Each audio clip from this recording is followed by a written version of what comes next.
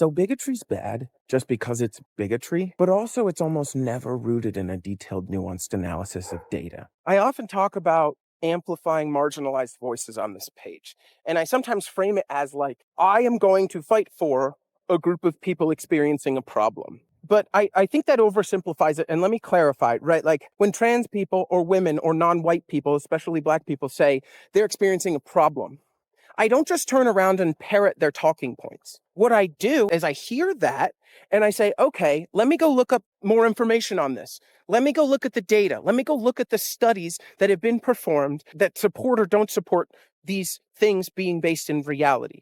And sure enough, all of the problems experienced by those groups are backed up by the data. Gender affirming care decreases bad mental health outcomes, including suicide, but also depression and anxiety and mental stress. Women are just as capable, if not more successful, at leading companies and countries than men. Systemic racism, very real. I've talked about this a lot on this page, but it's real and it's affecting Black people every single day.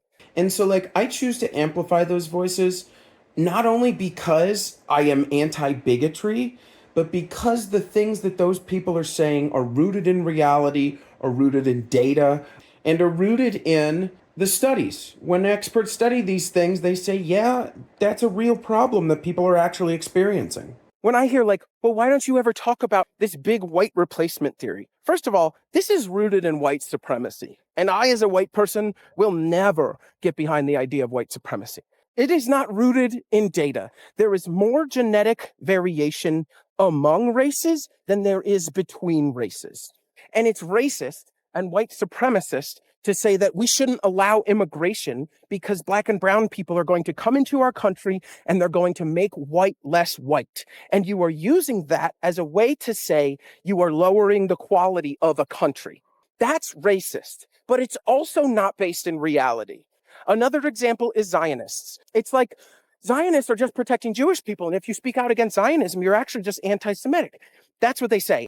I originally was like, oh, interesting, I should look more into this. And then I looked more into it. History actually shows that any existing anti-Semitism has been exacerbated by Zionists showing up in Palestine and forcefully expelling, if not ethnically cleansing, the land of Palestinians. Their beliefs about how Zionists are always the victims and how Palestinian people are just monsters, it's not based in what historians understand happened. And so I'm not going to amplify voices saying they're experiencing a problem when that problem is not based in reality. I'm going to say, okay, I'm not an expert on history or on social issues. So I'm going to go look up what the consensus among experts is